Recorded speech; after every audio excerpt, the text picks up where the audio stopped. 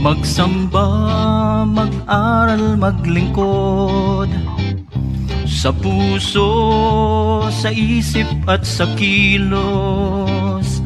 Ang Diyos ay sambahin, katuruan niya'y alamin, paglingkuran ang bayan natin. Ayan, magandang hapon Europa, magandang gabi Pilipinas. Andito na naman ang ating palatuntunan, ang Araling IFI Damdaming Makabayan edisyon. At siyempre pa, pagpatuloy natin yung pag-usapan natin kahapon kasama si Father Johnny Cabillas. At yung kahapon kasi ay pinag-usapan natin yung sa Oriental Mindoro. So, pero may isa pang bagay dyan sa Oriental Mindoro na dapat nating pag-usapan. Itong matapos ng pamumumba sa mga komunidad, ipinakita ng Armed Forces of the Philippines sa publiko ang salaysay na may engkwentro umano. Kasabay nito, iniulat na nawala ang isang PhilAm activist na si Chantal Anicoche. At sa mga sumunod na araw, maraming sektor ang nanawagan, kabilang na ang Karapatan Philippines, Migrante International, at iba pang human rights and migrant groups na ilabas ng AFP si Chantal dahil malinaw na siya ay sibilyan, hindi kumbatant at may karapatan sa proteksyon sa ilalim ng international humanitarian law. At pagkatapos ng mga panawagang iyon, biglang may bagong kwento, mga kapatid, mga kababayan. Si Chantal ay natagpuan umano makalipas ang ilang araw sa isang foxhole. Pinag-usapan natin kahapon with Father Junior. Mahina at disoriented. Isang salaysay na maraming tanong, maraming puwang at hindi basta-basta tinatanggap ng mga komunidad na unang nakaranas ng pamumumba. Kaya ngayong araw, kasama pa rin natin si Father Junito. Hindi lang natin itatanong ang kung nasaan na si Chantal, kundi paano binubuo ang opisyal na kwento, kaninong boses ang pinapakinggan, at kaninong buhay ang nalalagay sa panganib kapag ang pamumumba ay tinatakpan ng salitang inkwentro. Ay pinag-usapan natin kahapon yan. Kaya ang ating pag-uusapan ngayon, di release Chantal Anicoche. Ayan. At kasama natin si Father Johnny Cabillas. Father Johnny, magandang gabi dyan sa Pilipinas. Magandang gabi, Bishop, dito at magandang araw sa lahat ng mga nakikinig sa atin sa buong mundo. Magandang gabi sa ating taga-subaybay. Sana sumali kayo, makiisa kayo sa mga diskusyon na to. Sagutin namin lahat ng tanong at basahin namin lahat ng kahit ayaw namin mga comment niyo, babasahin namin dahil kami ay para sa nagmamahal sa Diyos at bayan. Ayan, transparent tayo. Kahit pa nangangaway kayo dyan sa inyong mga comment, basahin pa rin natin yan. At kung may tanong kayo, sagutin natin. Yan. Ayan ang ating programa. So, ito na nga, Father Johnny. Kahapon parang biniti natin yung mga audience natin. Bagamat pinag-usapan natin ng bahagya, itong si Chantal Anicoche, ay ngayon sa talagang si Chantal Anicoche na ang pag-usapan natin. Pero ang pag-uusap natin ay yung panawagan na palayain si Chantal. Ayan, at sabi natin, respetuhin ang human rights na pinag-usapan na natin nung last year. Isang taon na nating pinag-usapan dito kasi 2026 na ngayon Di ba? Nung Human Rights Day at yung pag-respeto din ng international humanitarian law. At ang panawagan natin na itigil ang pambobomba sa mga komunidad na bahagya na rin nating napag-usapan kahapon. Ayan. So, Father Juni, ito na nga, dito na tayo. Pag-usapan na natin itong si Chantal pero baka Baka mayroon ka pang maidagdag, Father Johnny, doon sa sinasabi natin kahapon na inkwentro ba talaga ito o pangumba? Ano bang mga ulat mula sa komunidad? Yung aerial bombardment at ground assault daw at mga civilian na tinamaan na hindi armado. Ano lang balita muna para ibalik natin yung ating audience doon sa pinag-usapan natin. Bishop, I stand corrected kasi kahapon sinabi ko na walang inkwentro. Pero nung nag-review ako sa mga ulat, sa mga news, including sa news ng NDF Mindoro, mayroong inkwentro. Dalawa ang patay ng sundalo at 2 sugatan. Yun nga lang, hindi natin alam kung kailan. Kasi yun lang nabanggit eh. Wala tayong alam kung kailan nangyari yung inkwentro na yon. Kasi ang tumambad sa atin ay yung bombing. Yung aerial bombing at strafing. Hindi lang pala 3 batalyon yun. Mayroon pang Scout Ranger batalyon. Ibig sabihin, 4 na batalyon yung ng bubomba. Isang barangay lang, katapos binumba, tapos yun na, ang mga, parang iisipin mo yan sa isang military operations, yung 4 na batalyon na galugarin yung isang barangay, ano kayang itsura niyan? Diba? Kaya, sa tingin natin, overkill naman talaga dahil pangbubumba eh. Hindi lang natin alam kung sabi nila, retaliation nila yun sa encounter dahil hindi rin ma-determine ng militar na may sugatan na NPA o na may namatay na NPA dahil wala din silang nakita. Yun nga lang, dahil mayroon talagang civilian sa lugar. At ang civilian na yan, yung mga researcher, 2 researcher na si Chantal at saka yung isang namatay, at mga katutubo. Kasi nga, ang na-establish ay nagkaroon ng medical mission doon sa lugar. Kasama na rin yun sa mga ginagawa na services ng mga revolusyonaryo sa lugar.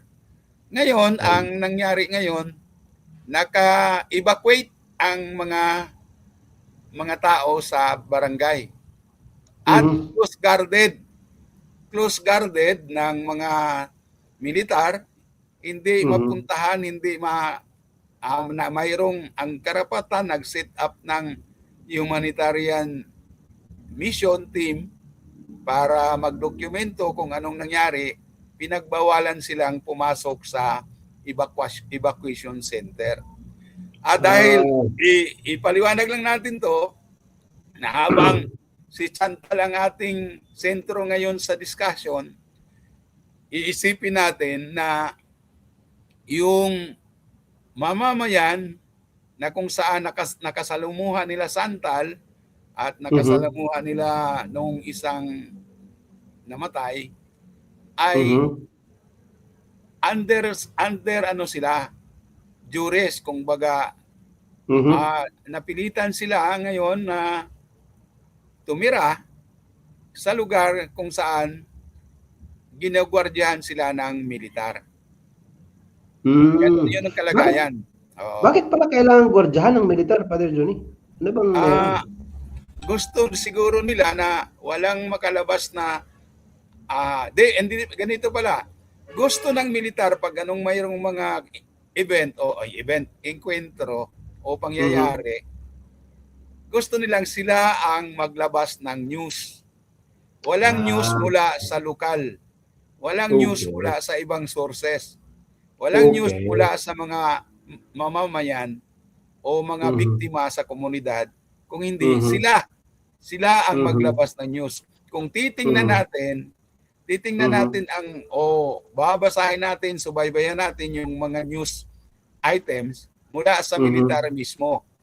Itong latest ngayon na pinapakita ng militar si Chantal na mayroong escort na 2 babae na sundalo sa hospital ng Camp Kapinpin.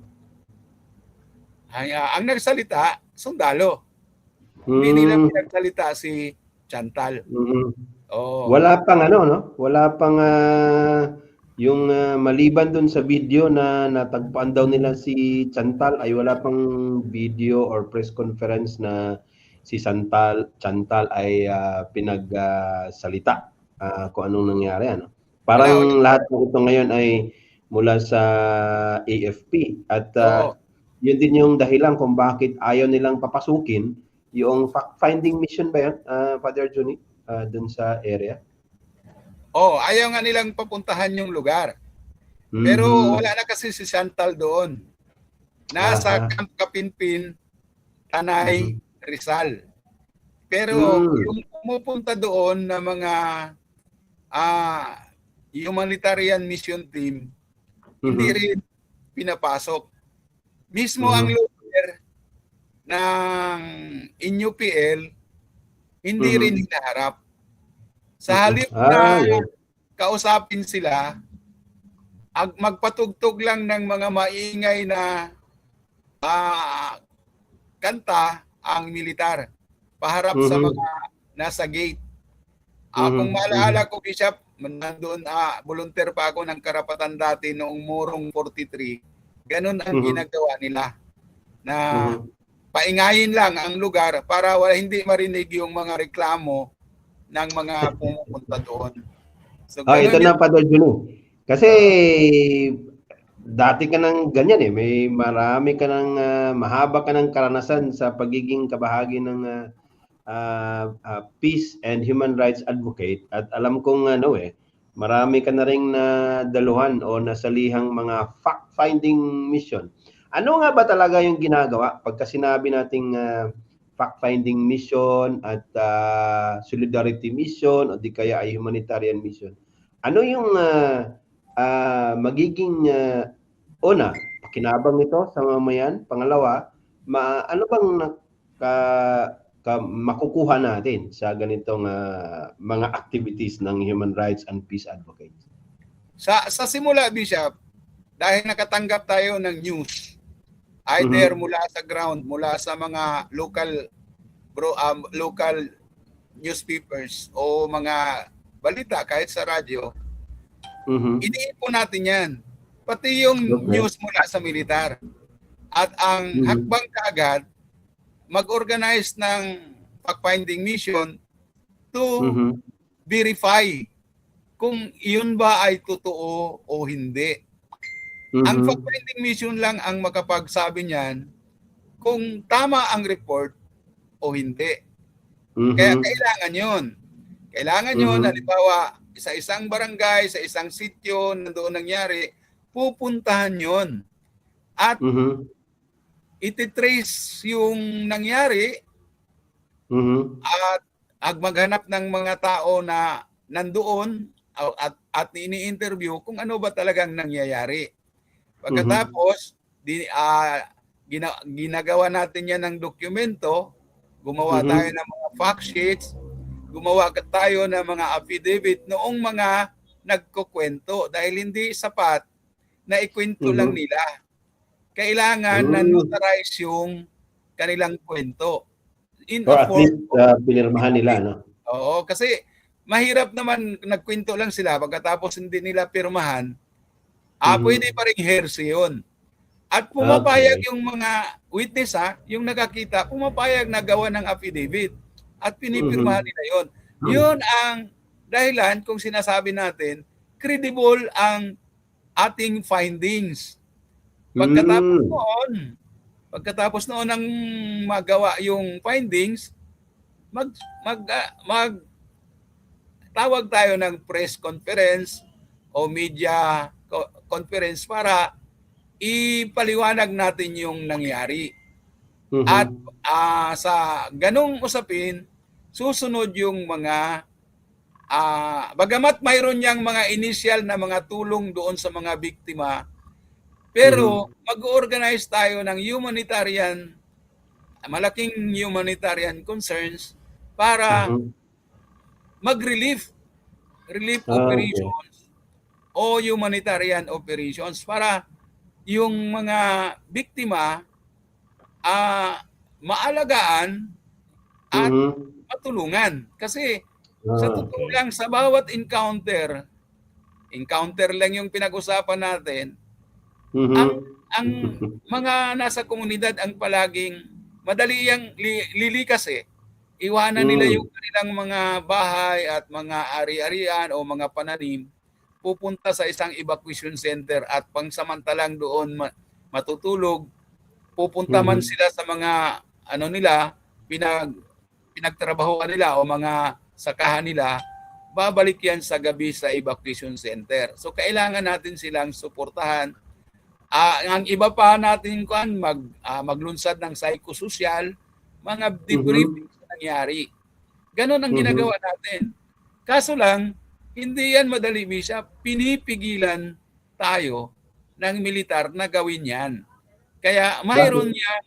mayroon niyang mga pag ano, pag pagbabanta na kung anong mangyari sa atin, ini-intimidate tayo, hinaharas tayo, sinasurveillance tayo, tinatanggap natin Mhm. 'yan.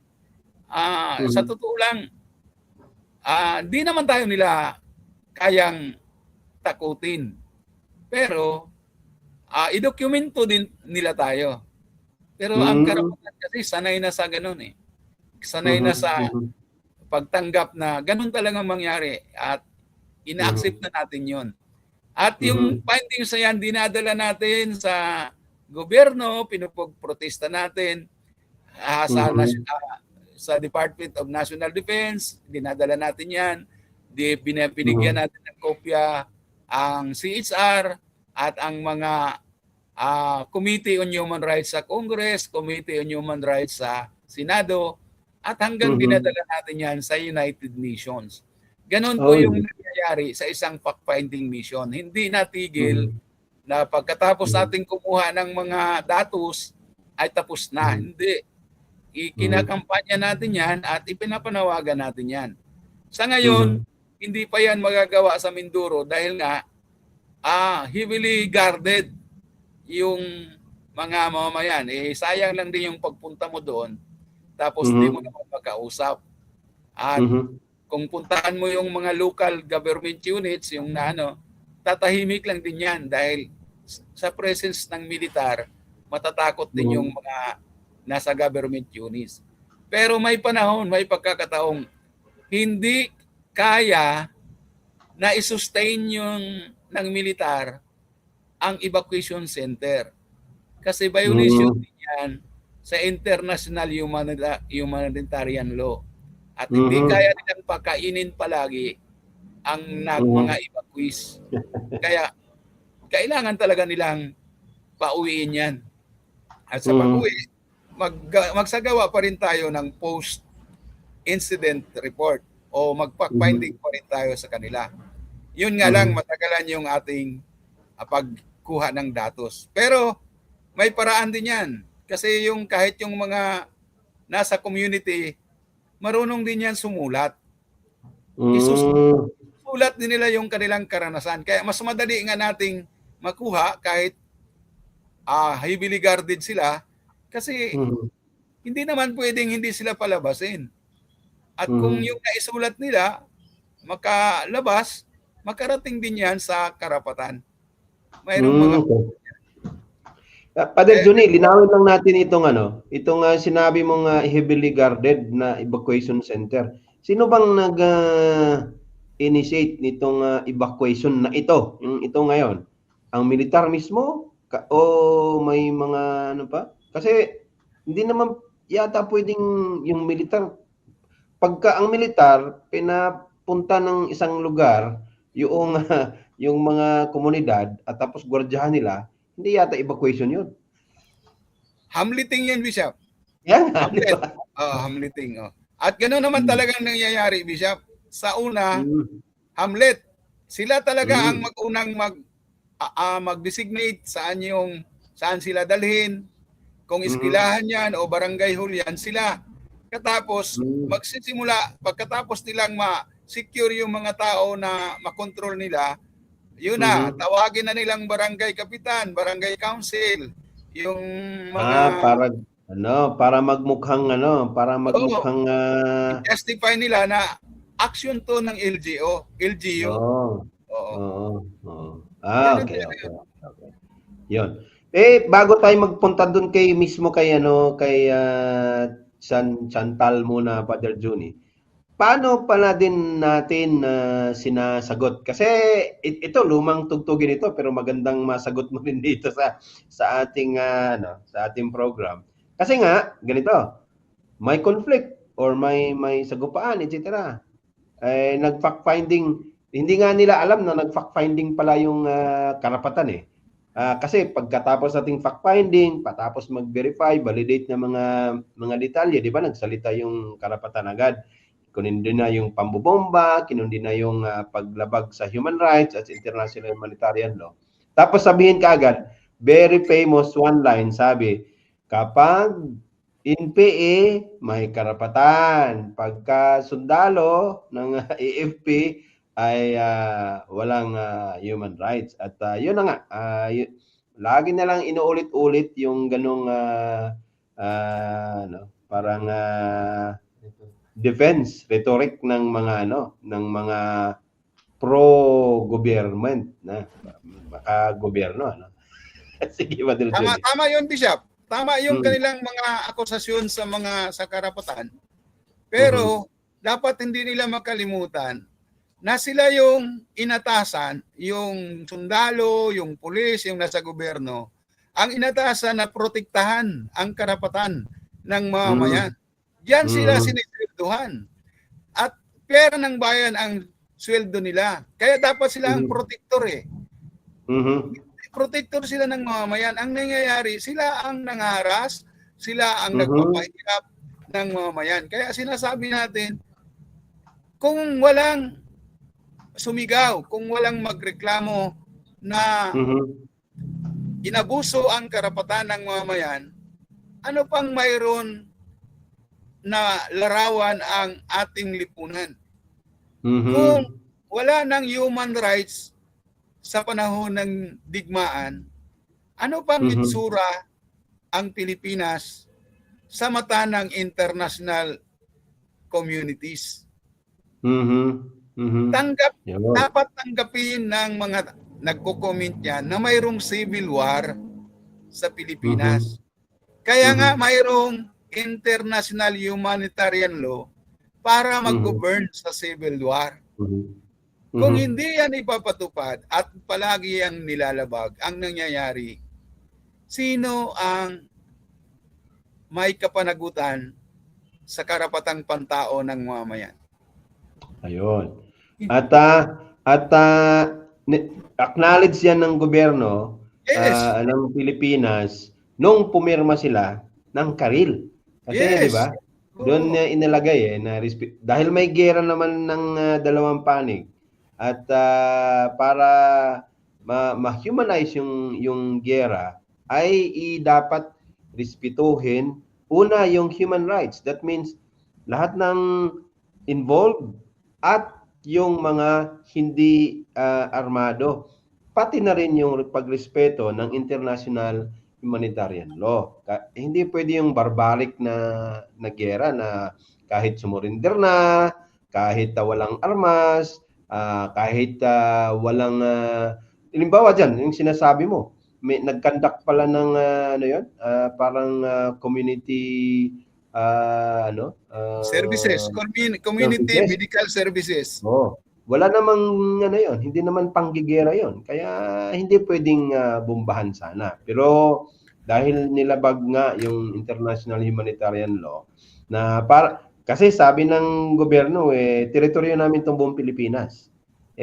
Sabi naman ng NDFP, ng NPA, teritoryo namin to at nagbibigay kami ng medical services. Anong mali sa pagbibigay ng medical services, Pero yun na nga, kung nirespeto ng international humanitarian law, hindi dapat ginulo yung ganoong activity. Dahil hindi naman yun nanggigera, di ba?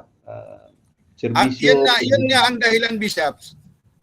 Yan ang dahilan kung bakit signatory tayo ng Geneva Conventions, yung batas na nagmamandate kung bakit irespeto yung human rights dahil nirecognize ng Geneva Conventions na mayroon talagang internal conflict at ang internal conflict yan ay nakikita sa tunggalian ng gobyerno at National Democratic Front. Hindi na yan mabura.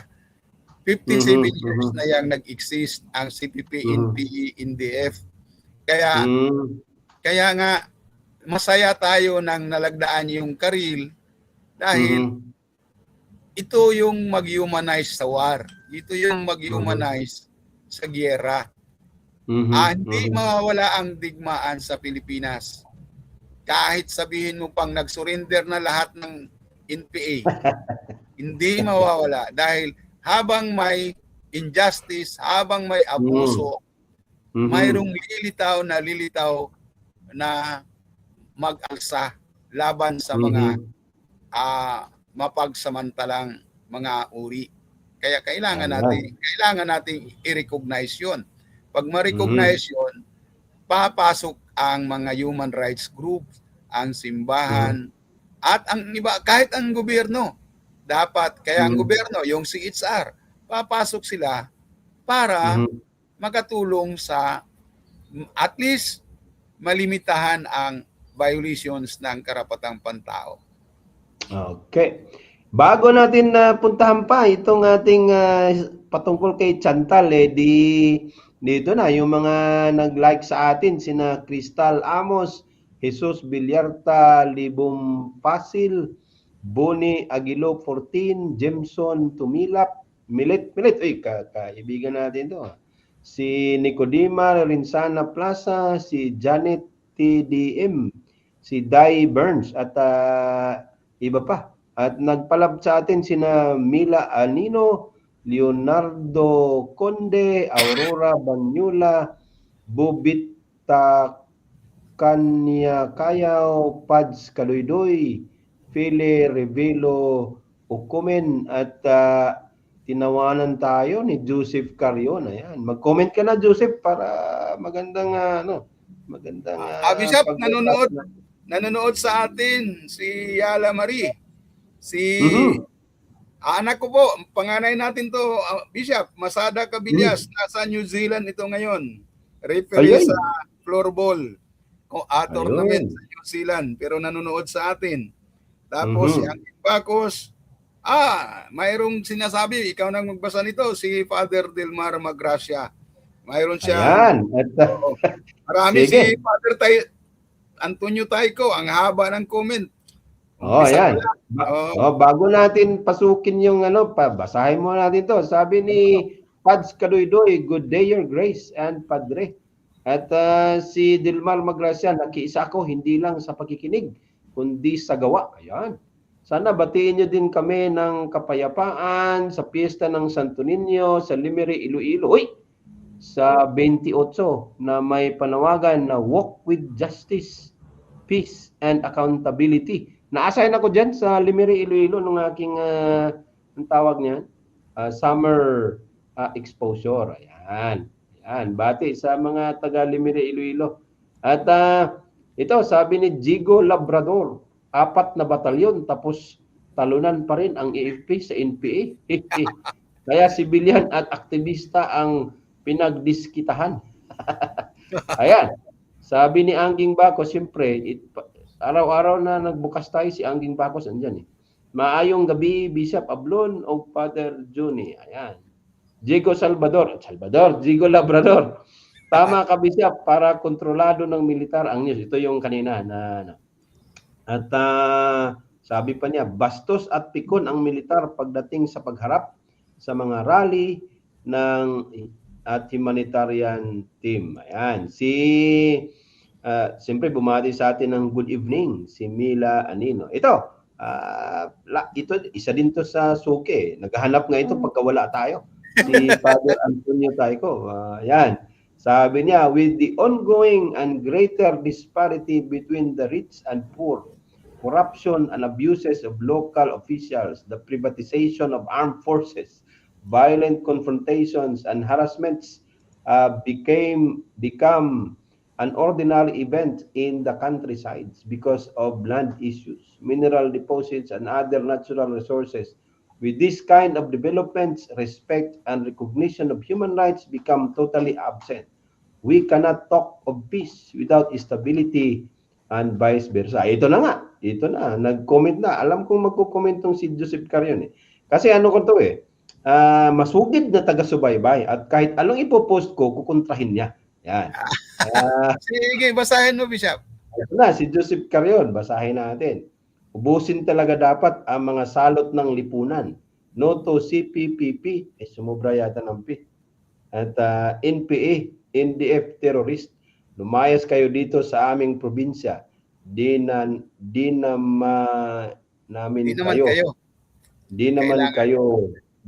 kayo kailangan. Ayan. At saan probinsya kaya itong si Saan probinsya kaya yan, no? Okay, puntahan natin. Sana malaman natin yung saan probinsya. Sana malaman yung probinsya. Yan. Ito yung mga rhetoric eh. Pagka CPP, NPA, NDF, salot ng lipunan. Pero may isa nga ako. Hindi naman yan, sangkot sa kurakot, Bishop. Kaya nga, kasi kasi sabi ko nga sa isang post ko ay trilyones yung nawala sa kaban ng bayan.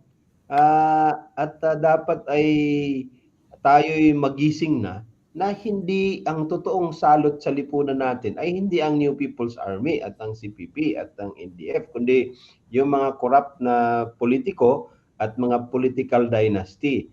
Pero kahit andyan na sa mukha mo, sumambulat na sa mukha natin na itong mga politiko na ibinoto ng mga Pilipino, sila yung dahilan kung bakit naghirap yung bayan. Pero salot pa rin, salot pa rin yung NPA at NDFP at CPP para sa kanila. So hindi salot yung nagproyekto ng yung palang 1 trilyon, flood control pa lang yun.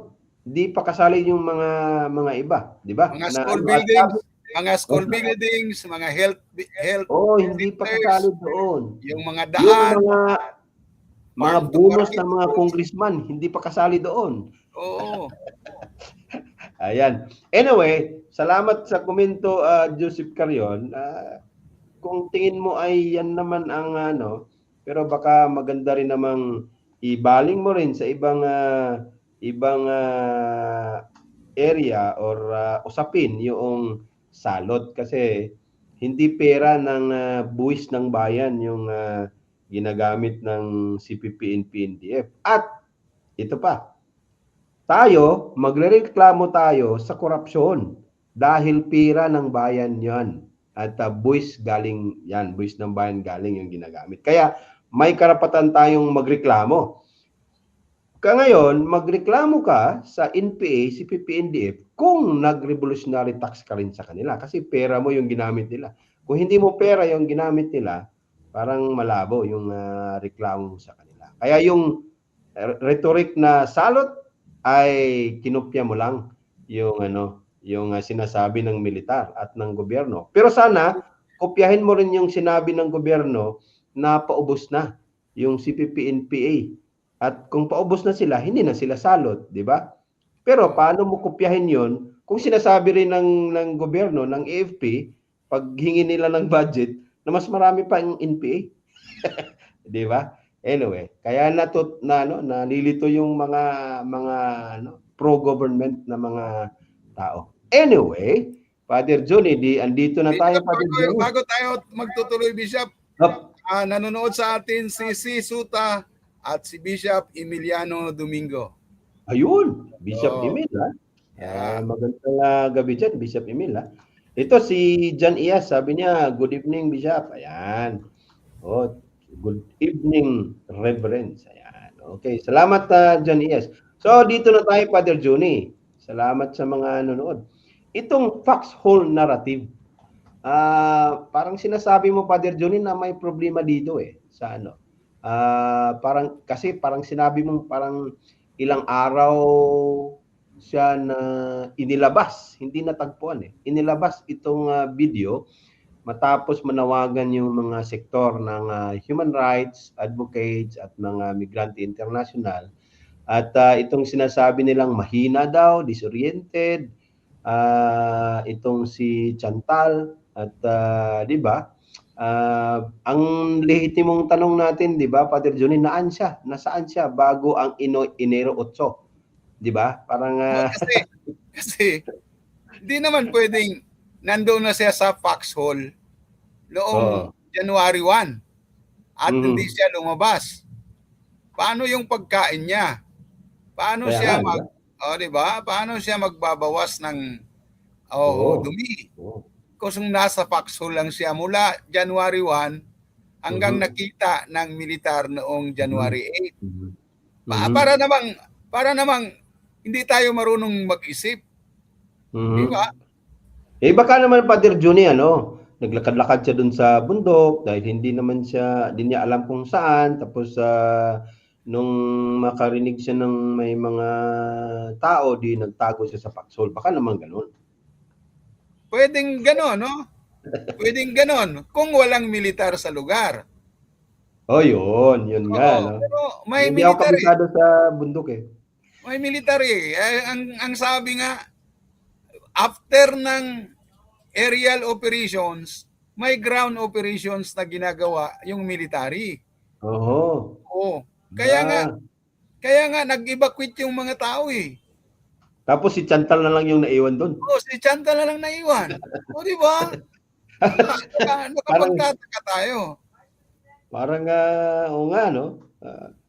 Sanay ka sa, Father Johnny. Alam mo yung, hindi dahil manggubat yung apelyido ng nanay mo. Pero, dahil sanay ka nga sa fact-finding missions, di ba? At parang, ano mo yung, may gagap ka doon sa mga area, etc. Para mabigyan natin ng larawan yung mga nakikinig sa atin. Noong hindi pinag-utos ni Duterteng bombahin ang Marawi, kinordon nila yon. Kinordon nila, inaalis nila yung mga tao sa Marawi. At hindi nila pinapasok yung mga humanitarian mission sa loob dahil nga binumba nila. Tinry namin, hindi kami napasok. Air and ground operations ng militar yun. Ganon din yung mangyayari sa isang bumbahan, sa mga stripping at saka pangbubumba. Binumba na nga Kaya ang kasunod noon, ground operations para pagtingin kung sino yung casualty, sino yung di ba? Lumabas na may casualty yung pangbubumba. 3 batang Iraya at isang nanay na nasugatan. Ang tanong natin ngayon, saan na kaya yung dinala ng militar? Kasi usually, kung sinasabi nilang nirescue nila si Chantal, yung ibang tao kaya doon, paano nila nirescue? Ang ano din kasi doon, Father Johnny, sige, naglabas na kayo ng video, bakit hindi niyo papapasukin yung fact-finding mission? Yung mga ibang ibang entities, mga human rights advocates, para naman marinig doon mismo baka may doon, baka may iba pang istorya sa loob ng komunidad dahil mga volunteers itong sina Chantal, di ba? So ibig sabihin nito ay nakausap nila yung mga taga-community. So maganda ngang tingnan 'yon. Ito baka pasadahan mo to, Father Johnny. Sabi ni John Ias baka si Chantal iniwan para ma-divert ang atensyon. Ayan. Nakakatuwa naman yun, no? Iniwan. 7 araw na iniwan. Sana isinama yung iniwan namin, nag-iwan lang din kami ng pagkain na good for 7 days para mabuhay naman si Chantal. At saka tubig. Binalikan ko yung Father Johnny, binalikan ko talaga yung yung video na nilabas nila. yung unang bati ng sundalo, English kaagad eh. O siyempre, alam nilang Alam niyo kahit na si Chantal. mukhang Pinay si Chantal, alam Ah, nilang Amerikana. Oh. Kasi ako, wala tayo sa US eh. Hindi naman Inglesero yung mga militar natin na Tagalogins yun. Pag nagtagalog ka, di ba, sabi natin parang militar to. Kasi kung sa Kahit sa nasa community, kanayunan, nagtatagalog. kasi ngayon, Militar pag yan. nagtagalog, militar yan eh. Yun yung So, kaya nga, yung unang bati pa lang, English agad. Parang kilala na nila kung sino yung nasa Paksol eh. Na alam na nila. Kasi kung nakita muna nila, tapos ay kinausap nila, mukhang Pinay, Pinay naman talaga, Pinay naman. hindi pa rin sila mag-i-English eh. Mag-Tagalog. Kasi maliban na lang kung Amerikana, yung di mag-English sila, di ba? Yun yung nakita ko sa sa video na inilabas ng militar. Bago natin yun, ay ito, sabi ni Mila, lahat lang ibinintang sa CPP-NPA. Adik para mangurakot bilyon-bilyon sa kaban ng bayan. Ayan. At siyempre, sabi ni Janias, malabo maubos ang CPP-NPA kasi puro progressive sigaw nila, tunay na pamumuhay ng mga tao. Ayan. Di Father Johnny, yun na, no? Ano nga ba, para mas maintindihan, ano nga ba ang yung sa international humanitarian law at sa civilian? Si Chantal ay civilian. Walang armas, walang kaso.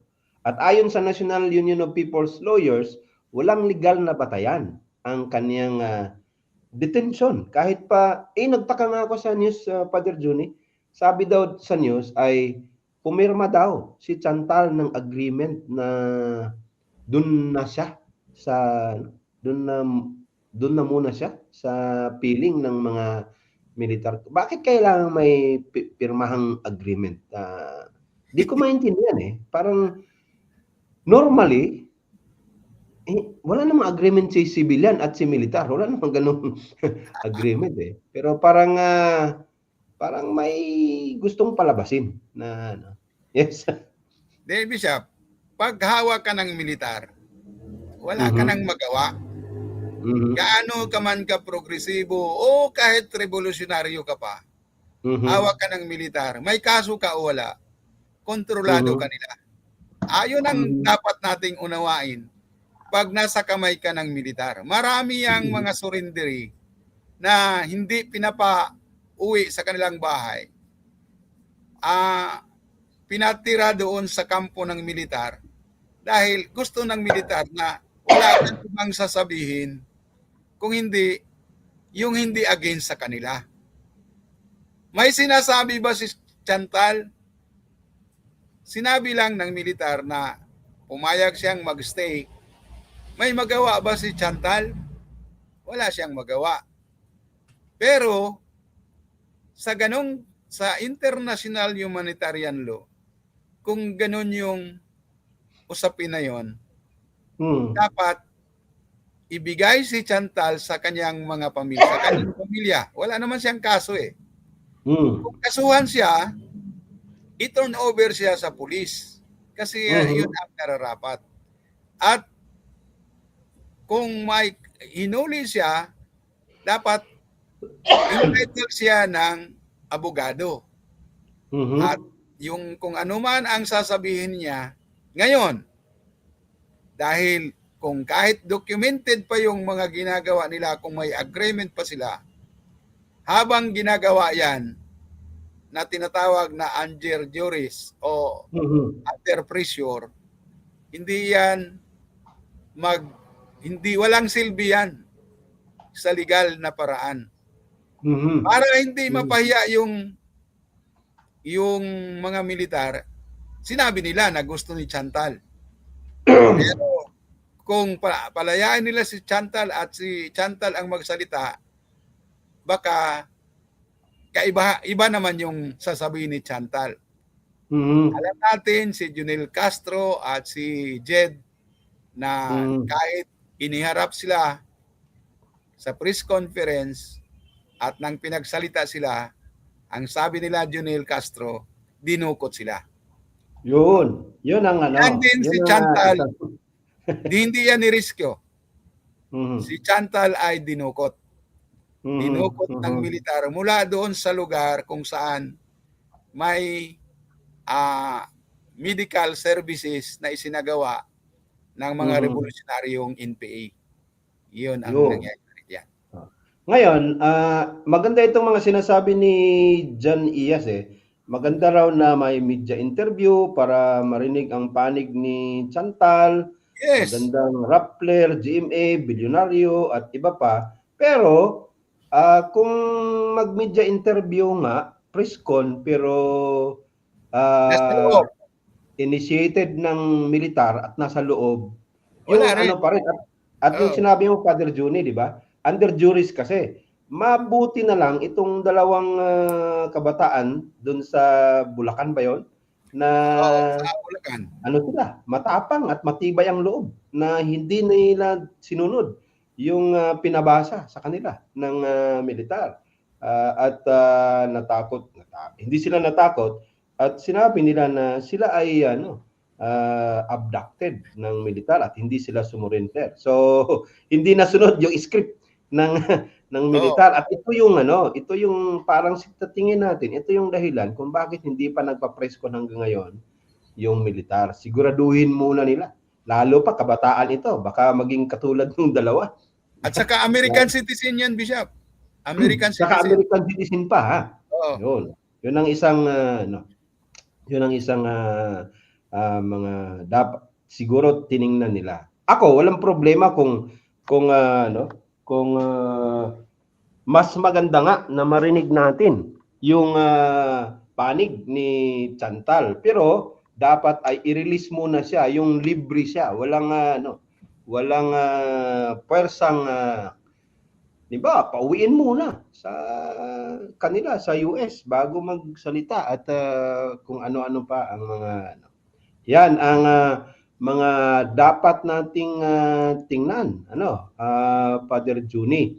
Ngayon, Father Juni, may dito, may sinasabi itong may sinasabi si Jan Iyas kasi nabasa ko rin yung nabasa ni Jan Iyas yung may mga nag-press con agad na mga parents daw ng mga anak na nawala at anong tawag nila doon? Parang mga parents, mga nanay daw sila at ang kanilang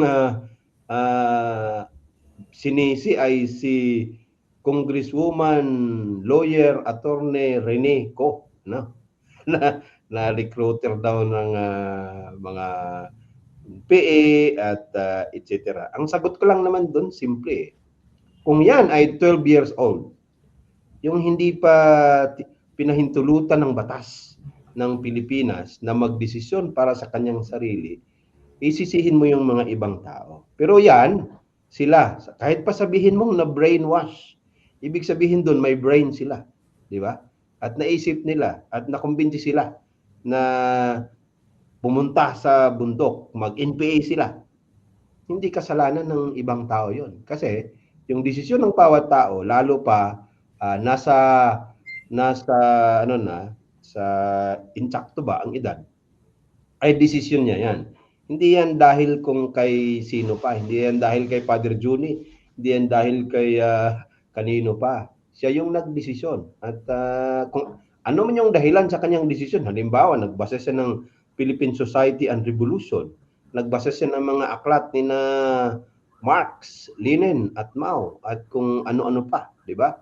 Kung yan ang dahilan kung bakit siya sumali ba tawag? Sumampa. Siya yung nagdesisyon, hindi yung kung sino-sino yung gawing pang dahilan.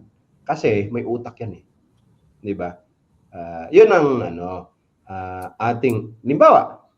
Yung first kong nadaluhan talaga ay yung kay Jeline Dayong, Padre Johnny, naalala mo yon?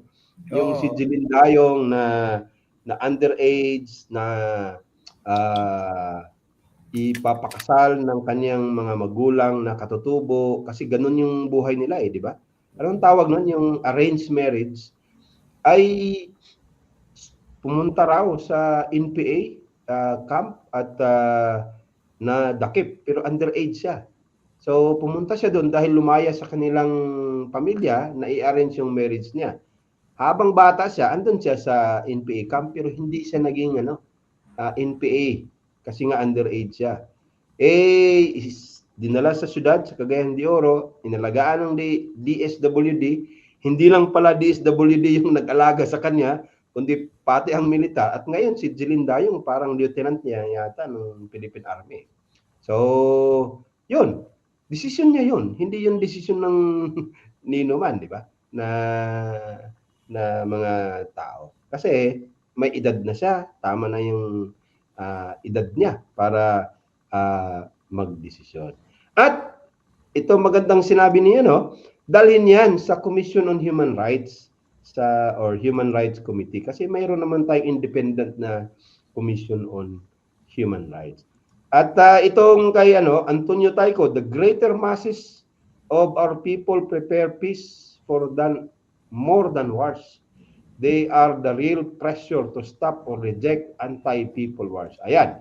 At panghuli, Father Johnny, sa ating pag-uusap ngayon, paano ba natin kontrahin? Kasi pagka may militarisasyon, sabi mo kanina, katulad nung sa Marawi, di ba? Controlled yung naratibo.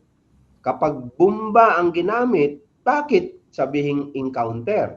O di kaya ay katulad nun, 8 days nang nawala si Chantal, pero sabihing natagpuan, paano natin winawasto yung mga naratibo? Sino ang nagkukwento at sino ang walang boses? Bakit nagiging, ito ang pinaka, Father Johnny, bakit nagiging person of interest ang si Chantal halimbawa o mga aktivista at taga-Masid? Yes, Father Johnny, ano bang meron? Ano bang war meron tayo? Bakit ganyan yung nangyayari? Hindi kasi nakita si Chantal o nirescue si Chantal o dinukot si Chantal sa lugar ng pinagbubumbahan. At nakita siya na Amerikana at dahil Amerikana siya, anong ginagawa niya doon? Kaya ang nasa isip ng militar, kakampito ng NPA. Dahil kakampito ng NPA, sinong recruiter nito?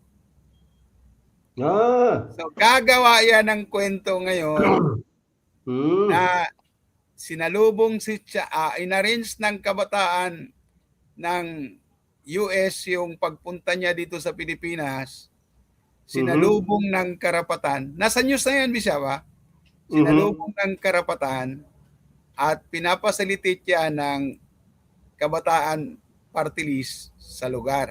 Di ba? Ang gandang istorya yan.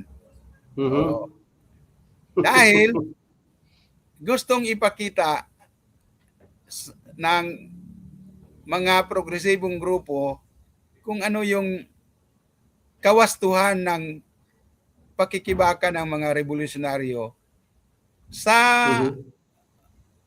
mga nais makaalam kung ano ba talagang nangyayari. Kaya sa tingin ng militar, hindi to siya basta-bastang researcher. Baka na-recruit na to o nanumpa na to sa organisasyon at kailangan lang i-prove nila sa pamagitan ng istorya na sasabihin ni Chantal sa darating na panahon. Yung narrative nila na ang magbabasa si Chantal. Gusto nila kaya person of interest. Pero sa tingin natin, kung si Chantal ay malakas ang loob, matibay ang kanyang paninindigan, hindi siya magpapagamit. Kaya lalabas din yan na hindi siya papayag. Ito lang yung mangyayari sigurong senaryo. Pag hindi siya papayag, pwede siyang kasuhan ng militar. Pero dahil American citizen siya, ang sunod yan, deportation lang yan. I-deport lang yan dahil ano yan eh, American citizen siya. At yun ang kinakatakutan nila. Kapag si Chantal ay nasa US na, magsasalita na. Yun. Yun ang kinakatakutan nila. Kaya actually, yung person of interest, pinagpaplano pa nila kung paano nila maging tuwid yung person of interest. Kasi may ang mga sirkumstansya, walang hawak si Chantal na baril. Wala silang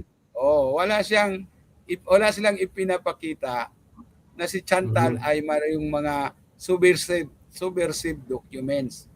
Wala silang ipinapakita. Ano, diba? Diba? Nung pinakita nila sa video, wala nga siyang pakbag eh. Kaya, ibig sabihin, wala silang matibay na basihan na may koneksyon si Chantal sa NPA. Interesado lang talaga si Chantal sa pagre-research sa kalagayan ng mga mangyan. Ang mga mangyan yan eh. Katutubo yan. At siguro, mula doon, nagkataon lang talagang bumbahan eh. Kung hindi binumba, wala namang Chantal na hawak ngayon ang militar. Father Johnny, dun sa pagka-rescue daw, yung matagpuan nila si Chantal, di ba, inupira ng pagkain, etc. At sinabing, bakit ka andito? Sabi ni Chantal, ito sinabi ni John Ias, narinig ko yun eh. Sinabi ni John Ias dito, ito din yung sinabi ni Chantal eh. Sumama lang daw siya sa kanyang boyfriend. Sino kayang boyfriend niya? Oo. Baka sabi siguro ng militar, paano natin magamit itong sinabing boyfriend? Baka bukas makalawad, boyfriend na. NPA yung boyfriend na yun. NPA. Mindoro ito, ano? Hindi siya pwedeng maging boyfriend ni spokesperson na sino ngayon? Si Diaz ba yun? Hindi siya. Baka next week ay boyfriend niya, commander na. Commander. Matanda na yun. Matanda na yun. Oo nga. Anyway. So, yon ang mga pwede nating tingnan, Father Johnny. Basta ang sigurado ay pagka may civilian, hindi sila kasali sa giyera, apply human rights at international humanitarian law. At itong nangyari dito ngayon sa kay Chantal ay wag nating wag muna nating tantanan at i-monitor natin. Ito maganda to eh. Magandang pang ending. Itong si Joseph Carion nga. Itong masugid kong taga-subaybat at taga-kontra ng aking mga pahayag. Basahin natin. Sabi niya, Mateo 7:15, mag-ingat kayo sa mga bulaang propeta. Dumarating sila sa inyo na parang tupa, ngunit sa loob ay mga mababangis na lubog. Ibig sabihin, mukhang mabuti sa labas, pero panlilin lang ang pakay. Ayan. Maganda naman yung sinabi niya. At yan ang nangyayari sa mga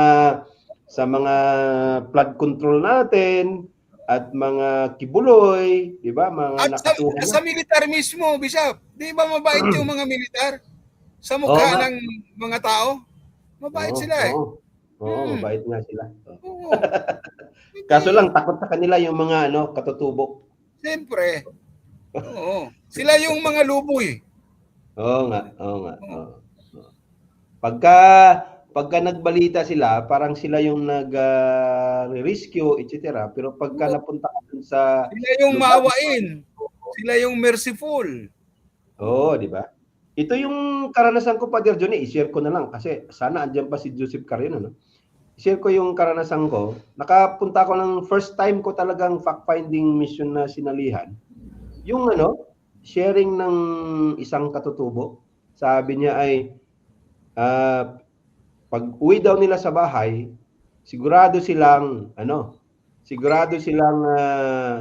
ang tawag niyan, sigurado silang napasok ng militar yung bahay nila. Yung, di ba, payag lang naman yan munting diretso, kwarto, tulugan at kainan, di ba? Di tinanong ko, bakit ka siguradong militar ang pumasok sa bahay niyo? Sabi niya, kasi Father, yung pagdating namin sa bahay, yung lutak ba? Ano yan, Father Johnny? Yung sa combatus daw, ay andun pa sa loob ng bahay nila. Yung galing sa sapatos. Mga putik na ano. Putik, galing sa combatus. Sabi ko, bakit mo nasabi? Sabi niya, kasi sa kung NPA daw, hindi papasok sa bahay pagka walang tao Kung NPA daw, okay, alam mo naman, andyan naman sila, di ba? NPA, militar, At pero kapag militar, ay hindi maghihingi ng ng permiso na pumasok. At yun na nga, pagdating nila. So, yun ang mga sinasabi ng mga nasa area talaga. Pero siyempre, iba naman yung sinasabi nila sa mga news at etc. Ayan. At sa ating pagtatapos, acknowledge natin sina Pinky Villaruel at Princess Margie Margin. Nagpa-take care sa atin. At nagpalab sa atin si Rosita Aclau Ruiz, si Ken G, si Ben Hor, at nagpa-like sa atin sina Lita Pagaduan, Marbel Digula Marquez, Crystal Amos, Jesus Villarta Libum Pasil. Ayan. At marami pang nanonood sa atin, Bishop, si Ria Maribaw. Ang kaibigan natin ito sa Lanao. Hindi ko nakita. Si Father Judel Catalino ng Antique. Si Father Mars Patayan ng Ilocos Sur. Si Renz M. Zamora ng brother ng IGLPI Mason. Ayan. Maraming salamat. Ayan, si John Iyas, kailan ka mag-topic, Bishop, itong malakas manira sa i5? Kasi napansin mo yung isang kumpol. Salamat, John Iyas. Pagka i-topic natin yan, John Iyas, ikaw yung siya yung resource person. Kasi nakita ko yung isang post ng isang CFD, yung Catholic Faith Defender, na meron silang 10th convention ng Bible Apostolate sa Dupim. Ano nga yung Dupim, Father Johnny? Dipolo, Osamis, Pagadian, Iligan, Marawi. Iligan, Marawi. Yun, 5 dioceses. Doon sila sa Oroquieta nag-convention. Nagka-prosesyon yata o nagka-parade, di ba? Nung dumaan sila doon sa front ng ating cathedral ng Oroquieta, sabi nung isa ay Iglesia, hindi niya mabasa yung Pilipina mabasa niya independente. Tapos sabi niya, baka magkamali tayo magbigay ng opening dito. At sabi naman ng isa, Pilipinista sila pero may cross, di ba? Yung magandang narinig ko doon, sabi ng isa, tayo may CBCP, sila may Mindanao Conference. Yun na isang magandang narinig ko doon. At least pero merong may hindi maganda yung mga sigurado ako hindi sila aware na kinunan sila ng video or nakuha ng video. Parang hindi parang hindi yun stage Parang nagtatawanan pa yun, Bishop Yun ba? Nagtatawanan pa. Iglesia Independent. Pilipinista yan At yung halad, yung handog.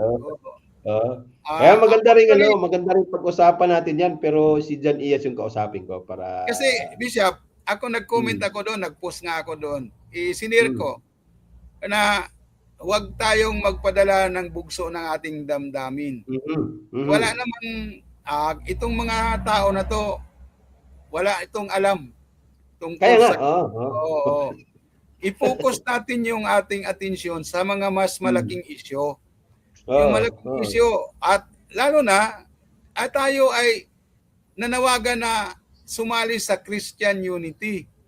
Oo. Ang January ay Week of Prayer for Christian Unity.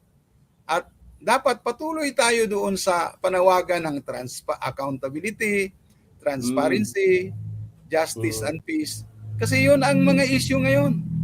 Pag Oo nga, magpadala oo. tayo doon sa mga ganong comment, actually, ano lang yun eh, nagprosesyon sila, dumaan lang sa katedral ng Oroqueta, at doon na yaga-yaga actually yun eh. Parang, nanlalait sila. naglalait. Oo. Pero pag magpadala tayo, mapukus tayo. Pero sa ngalan for the benefit ng IFI, pwedeng talakayin natin yon kung sino yung Catholic faith defenders. Andito, Father Johnny, kakilala daw siya ni John Ias eh. Sabi niya, aware yun, Bishop. Matagal na kami nagtalo ni Eugene Gapo dati. Binastos ang IFI. Ayan. So maganda ring, actually magandang pag-usapan siya, pero dalhin natin nga doon sa, so dapat may pagninilay, reflection. Diba, yung sinabi ko doon sa aking post, yung pagninilay na portion ay una, parang hindi naman yata aware, pero sabi ni John Ias aware eh. Pero pangalawa, ang sinabi ko, hindi naman sa kanila lang may ganung problema. Pati mga IFI, meron din ganung problema eh. Di rin alam ng iba. Yung limbawa, yung latest na document na pinirmahan ng IFI at ng CBCP, hindi rin aware lahat ng mga IFI, hindi rin aware lahat ng mga Roman Catholic members. Lalo pa, hindi madaling tanggapin ng mga CFD yon, yung document na yon. Kasi iba talaga yung iba talaga yung sa tingin ko lang iba talaga yung gustong mangyari ng mga CFD. Dito nga ngayon, dami ko nang natanggap na mga post patungkol sa ang Roman Catholic lang, ang AD 33 na marami pang usapin yan eh. Pero yun nga, tama ikaw, Father Juni, na magandang ibukas natin yung pag-uusap sa ganyan, pero dalhin pa natin sa mas objective at mas magandang perspective. Rather than mag-away tayo, awayin natin sila. Ang nangyari ngayon, hindi naman IFI at ang Roman Catholic yung nag-aaway. Ang nag-aaway, yung mga nasa ground, mga tao, mga members natin, mga members nila, na maganda ring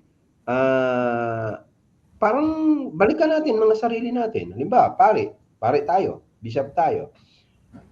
Kasi isang din yan eh, isang sintuma din yan ng kakulangan ng kakulangan ng both side. Pero wag natin silang sabihan na may kakulangan sila kasi sila yun eh.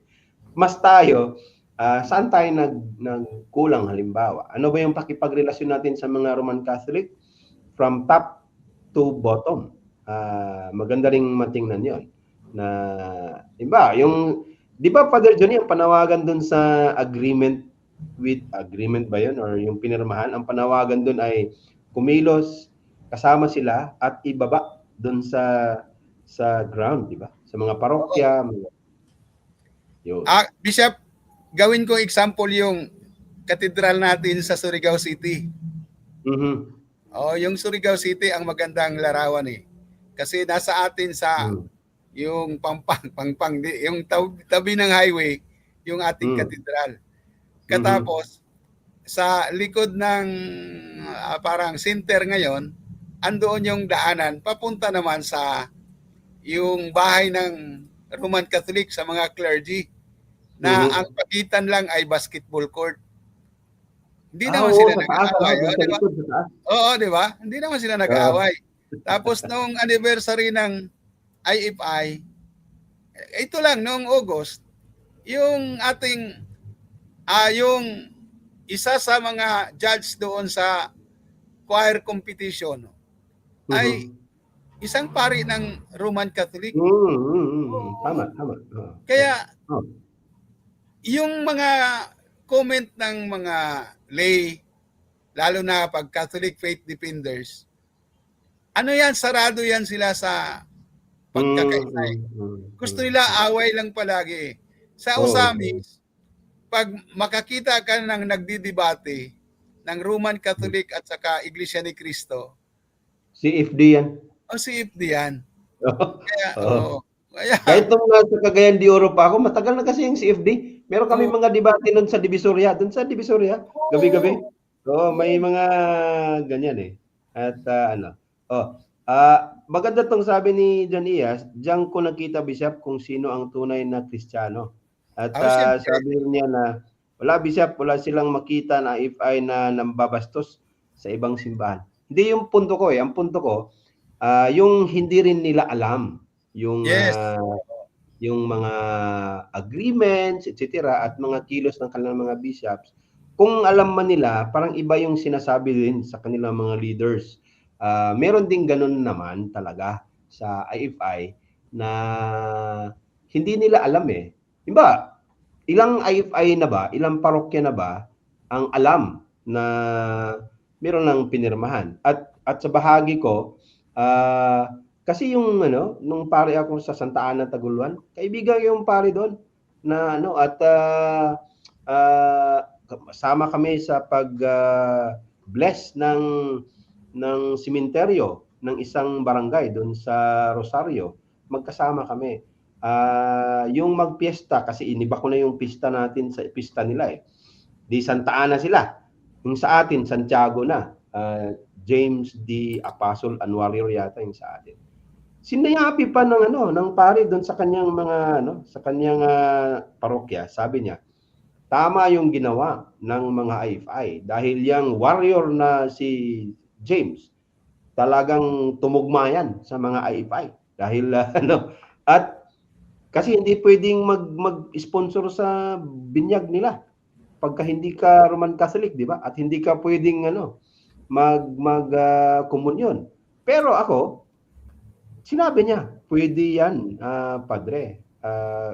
Kailangan lang nila, ito naman palagi sinasabi, kailangan nila masigurado na Trinitarian yung binyag natin at Trinitarian yung faith natin. At hindi yan bastang automatic dahil nagkapirmahan na. Noon, wala pang pirmahan noon eh. Hindi yan automatic dahil nagkapirmahan na. Kailangan yan pakipagrelasyon. Kahit nung yung sa Cagayan de Oro na diocese, meron ding mga ganyan na nangyayari. Pero pagka maganda yung pakipagrelasyon mo, di mas madali. Sabi nga ni Monsignor Monsanto sa amin noon eh, buong diocese, sabi niya, padala nyo lang, Bishop, yung certificate na you are baptized in the name of the Father, Son, and Holy Spirit. Wala nang binyag ulit. Di ba? So, it also matters eh, yung pakipagrelasyon natin. At sa yung sino nga yung bishop ng Dipulog noon na nakasama ko doon sa fact-finding mission na Bishop Mangiran. Bishop Mangiran.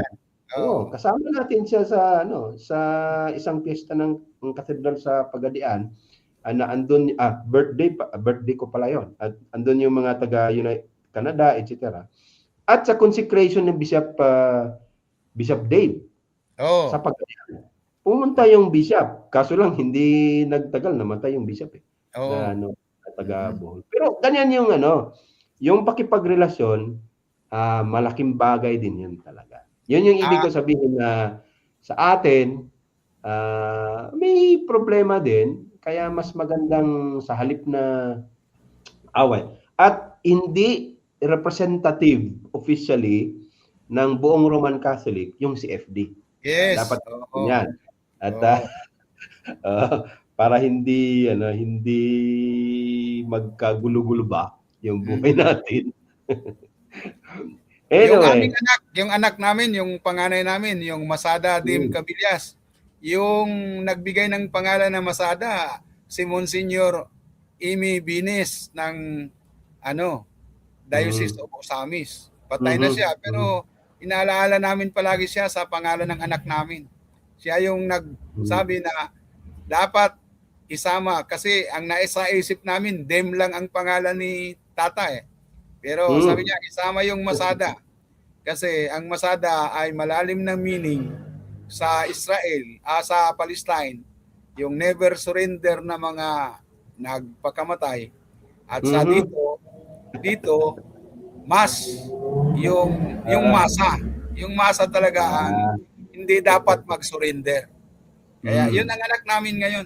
At masaya kami. 36 years old na siya. Hindi siya nakaranas ng away. Oo. Kahit kung bata pa hanggang ngayon. Maganda Yun, yung relasyon niya sa kanyang kapwa. At ito, tapos natin kasi isang oras at 15 minutos na tayo. Napunta kasi tayo doon. Maganda rin naman. Na ano yun. Sabi ni Antonio Taico, Padre, sabi niya ay ang simbahan ay naglilinis din. Kaya lang, yung pumapasok sa simbahan mula sa lipunan ay di lahat mga anghel. Tama din naman. Sabi ni Jan Ias, panghuli, pagkakaalam kasi nila, Bishop, ang pag-Catholic ka, dapat Roman Catholic Church. Hindi Apostles o Nicene Creed ang basihan nila sa tunay na Catholic. Gusto nila pag-Catholic, RCC talaga. Yon, hindi naman lahat yon. In fact, may mga kakilala tayong mga bishops, mga hindi naman lahat. Officially, may Vatican II at alam ni Father John, alam natin na kahit sa Vatican II, hindi naman sinasabing tayo at sila ay isa na. Hindi naman ganoon. Pero maganda rin na yung pag sinabi nating Kristyanismo ay acknowledge na meron pang ibang mga Kristiyanong grupo na not necessarily nasa Roman Catholic. Yun, at bago natin magpakinggan si Father Johnny sa kanyang panghuling ay si Christopher Espina ito humabol sa atin. Magandang gabi sa iyo, Christopher Espina. So Father Johnny, balik tayo dun sa sa topic natin. Paano mo tapusin itong natin? Panawagan natin, palayain si Chantal Anikutse, respetuhin ang human rights, international humanitarian law, at itigil ang pambubumba sa kanayunan. Ayan, Father Johnny. Bilang pagtatapos, recognize ko pa rin si Father Alan Armonio. Sa US to nakabase dati, di ba? Pero alam ko, umuwi na to sa diocese ng yung bago, Santa Catalina ba yun? Oo. Salamat. Bagong diocese. Oo. Ang masasabi ko lang, Bishop, dapat palayain si Chantal Anikutse. Walang karapatan ang militar na magtagal siya sa kanilang poder. May hospital din ang gobyerno sa labas. May private hospital din na pwedeng asikasuhin si Chantal. Huwag nilang ipagmamalaki na gusto ni Chantal na manatili sa kamay nila. Wala lang si Chantal magawa dahil hawak nila si Chantal. Tama na ang pagkontrol sa mga tao, lalo na kung sila naman ay may karapatan na mabuhay, may karapatan sa dignidad, may karapatan sa security, at dapat igagalang ng mga militar ang karapatang pantao. Salamat sa lahat. Magandang gabi. Maraming salamat, Father Johnny, at hanggang bukas, baka pwede pa rin tayo bukas pag-usapan natin mamaya. Yan. At maraming salamat sa lahat na nakikinig. Ay dito pa pala si Churen Ladwa Morala, mayong gabi, Bishop o Padre. Ayan. At sa ating pagtatapos ng talakayan, malinaw ang ilang bagay. Kung ang naunang nangyari ay pambubumba man o engkwentro sa komunidad na nangyari, kung ang isang tao na wala ay sibilyan, hindi armado, at kung ang kanyang pagkakatagpo ay naganap pagkatapos ng malawakang panawagan mula sa iba't ibang sektor, may obligasyon ang Estado na magpaliwanag. Hindi lang magdeklarang ligtas siya. Ang kaligtasan ng isang sibilyan ay hindi lisensya upang ikulong siya ng walang kaso o gawing person of interest. Sabi nga, para patahimikin ang mga tanong. Ang panawagan natin ay malinaw, makatao at nakabatay sa batas.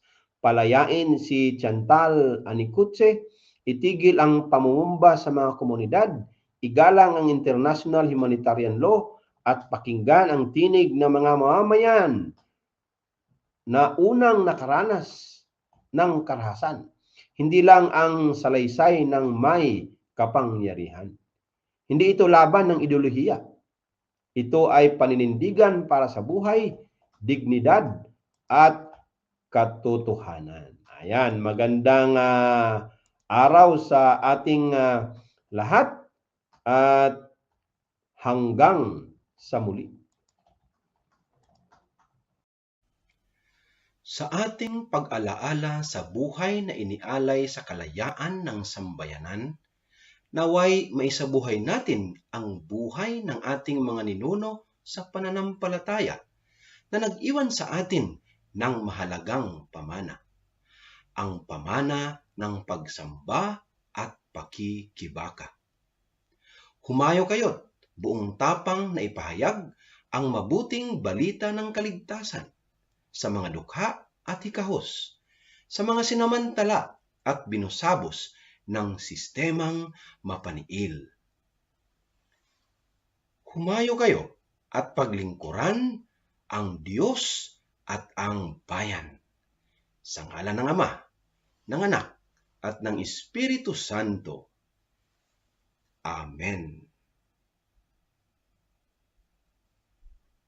Magsamba, mag-aral, maglingkod, sa puso, sa isip at sa kilos.